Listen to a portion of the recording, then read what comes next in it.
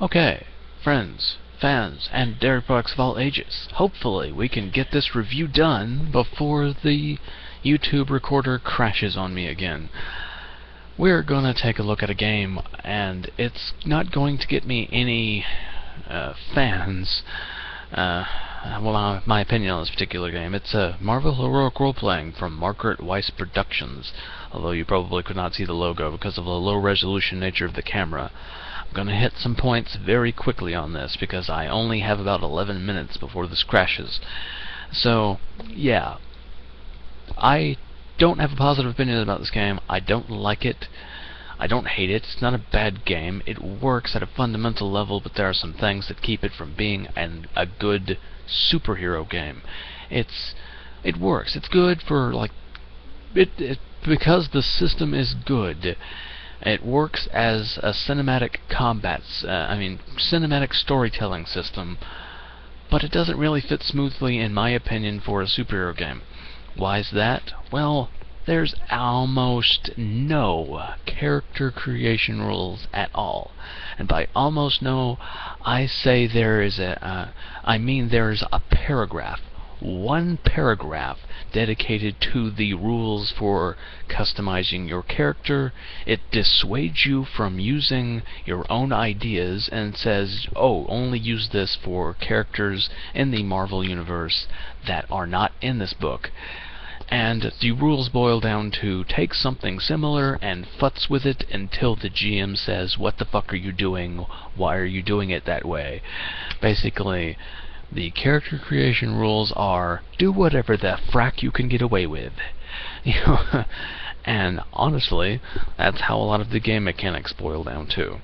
I'm probably going to get a lot of flack for this because my game system that I'm making myself uses similar but better done mechanics for building a dice pool. As I'll show you a character page there. I don't know if you can see it.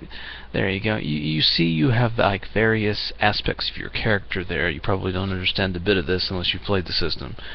But basically you have various aspects of your character that you grab dice from. Like, oh, I'm going to add my enhanced reflexes and my superhuman senses to this, so I'll just grab this D10 and this D8 and put it in my pool. This fundamentally means, like, I'm going to grab whatever on my character makes any sense. Regardless of whether it makes sense or not, I will keep adding dice to my pool out of these various things I can add until the DM says, that doesn't make any sense, get it the fuck out of here. And that's kind of bad game design. Now, I'm going to go to the most comical example of this. Let's see here. Where's Captain America? Everyone likes making fun of Captain America. Oh, flipped over. Okay, Captain America here. He's the example they use a lot because apparently, like, Captain America is a big deal. Anyway, so bad art for Captain America that you can't make out. Anyway, there's various aspects, and here's these, basically, there's some, where is it? Oh, it's here. Distinctions are the comical thing. You can play these either as a negative aspect of your character or a positive aspect in your dice pool. If you play it as a negative aspect, you will get a plot point, which is actually nice. I like the fact that you can, there's an element that you can, like, play to your disadvantage and to give yourself an advantage. I like how that works. There's lead by example, man out of time, and sentinel of liberty. So literally, your patriotism can make you hit people better. That is like, okay, I'm going to use the super soldier program power set, and I use my enhanced strength and enhanced reflexes to strike with precision, and you know what? I'm hitting with my shield, so let's add this weapon dice from the vibranium alloy shield power set. And also, I'm a patriot, so I'm going to be Sentinel of Liberty and punch him for America.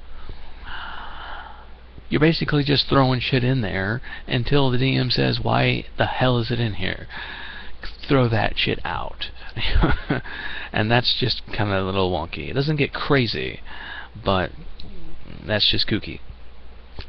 Anyway, another aspect of this dice pool system that doesn't really work well, in my opinion, is that it uses a whole bunch of dice. Like, you saw it when I pulled it up before.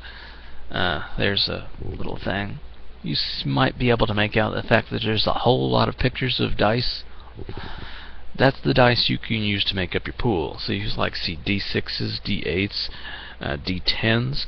And there's D8s, D10s, D6s. That's 3 different types of dice pool, and some have D12s. So basically you're constructing a dice pool of all these different types of dice, spending them in different ways.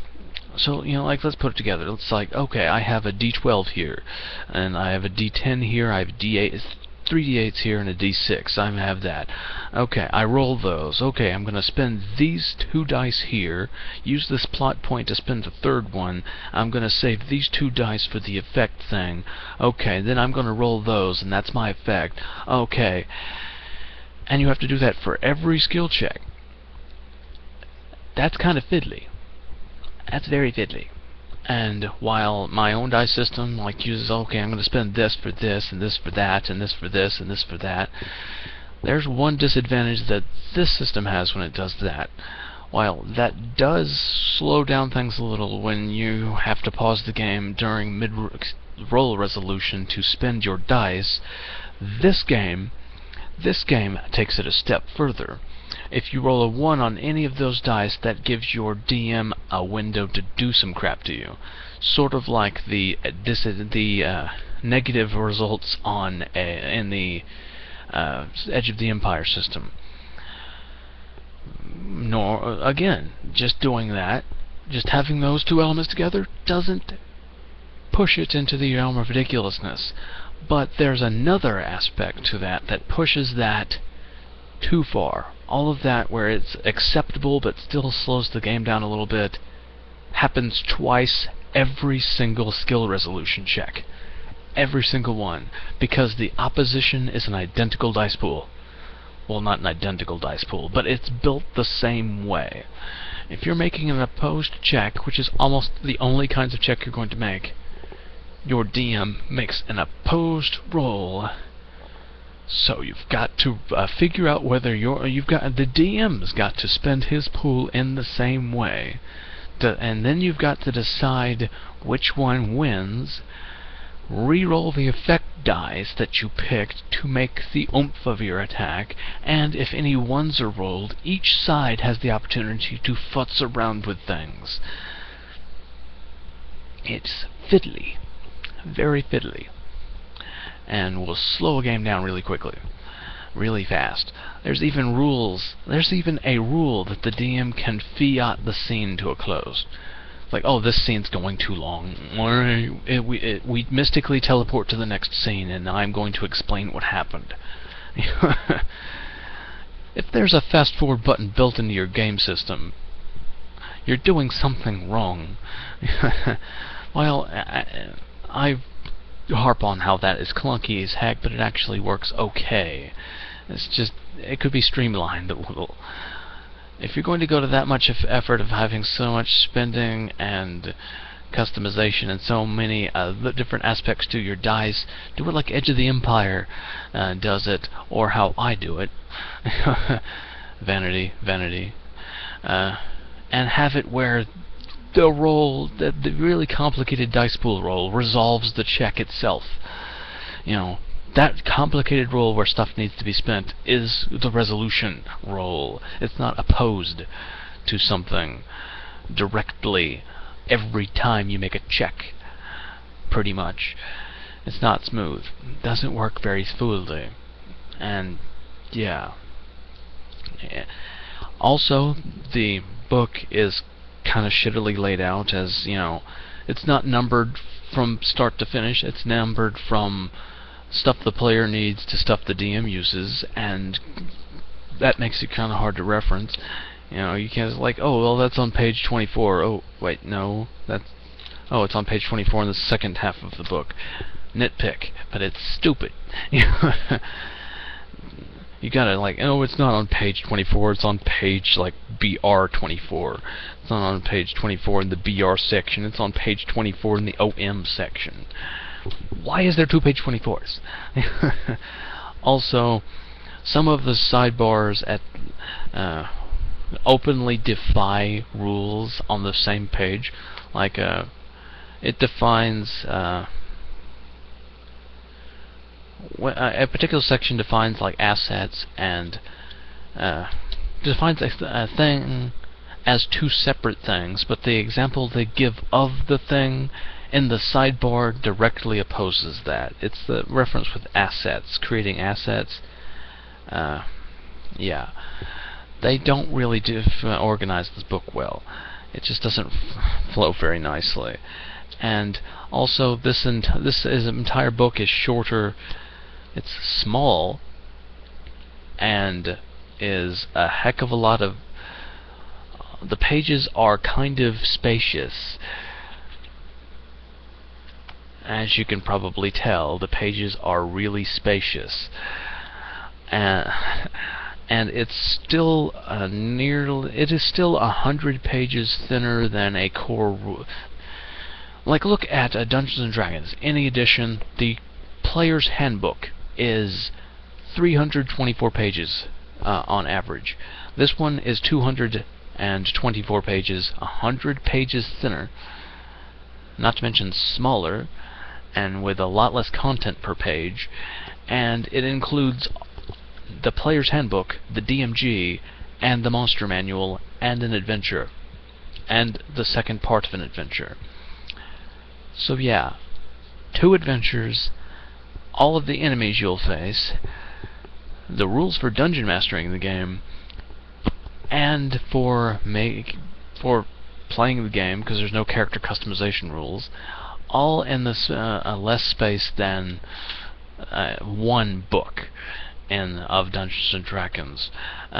And this is like half of the page count of any other system I know of that uses one book only and includes all of the monsters and DMing information and character creation information, and has far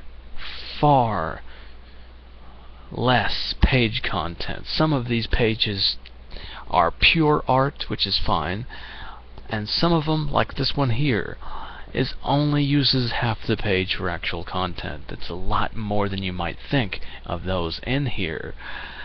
You could basically learn this dice system in a 15-page booklet, and the rest is just freaking fluff, sidestepping, miscomprehension of the rules, and freaking misrepresentation of the rules, and character profiles, because they spent like a good 25-30 pages on freaking characters because you can't build your own. So yeah, it's not a bad system, and the system itself is good and works, but it's not, in my opinion, a good superhero tabletop RPG. In my opinion, this isn't even a good tabletop RPG. This is a tabletop storytelling game. Even though you are playing a role, and it is a role-playing game, I just can't, in my opinion, accept it as a tabletop RPG. It's a tabletop storytelling game. In a tabletop RPG, you make your own character. I know I'm being elitist and nitpicky about this, and it's a role-playing game. Oh, so it requires you role-play, and you're role-playing in this. No, you're not playing a defined role that you are playing. You're playing a character in a story. And while some might argue it's the same thing, there's a distinction. In a typical role-playing game, in my opinion, you are making a character, and you are building that character up. You are not taking a character that's pre-established and telling a story about him, without any actual real character development. While you actually can take these characters and have character development to them, and make them your own, that's honestly not my cup of tea. And having licensed products, it just kind of dissuades from that kind of thing. I'm personally not very compelled to take Spider-Man and make him my own deal. You know, I'd play him like Peter Parker, you know, and have like role-playing. All I'm saying is it's a tabletop storytelling game. Nothing wrong with that. It's just not what the large majority of people want out of a superhero game. Most people play a superhero game to make their own superheroes. Like a good 60%. If you want to make your own superhero and tell your own superheroes stories, go elsewhere. There's a whole paragraph about character creation here, and it doesn't give any actual rules for it. It's take whatever is closest to it and futz around with it until you are satisfied or the DM slaps you in the face. Yeah, so anyway, good system, but it's not nearly the miracle of innovation that people were making out to be when it released. It's kind of fiddly. It's incredibly narrative to my compliments. It's a really good storytelling game, but it's kind of fiddly and has no character creation, and that automatically takes it down many notches. I don't want to play pre-gen characters. If I wanted to play a pre-gen character, I'd buy a board game. Oh, speaking of like taking a pre-generated character through an adventure as like you might find on a tabletop RPG kind of thing, next time we're actually going to review... Crap, I don't have the box here. I was going to show it. Lack of planning. Next time we will review Descent from Fantasy Flight Games, and I don't think I'm going to get any fans from this or the coming review of Descent, because apparently I'm on a bash things that people really like and claim are epic and legendary kind of kick. This is Cheese of Ages descending into obscurity. Oh wait, I was already there. Never mind.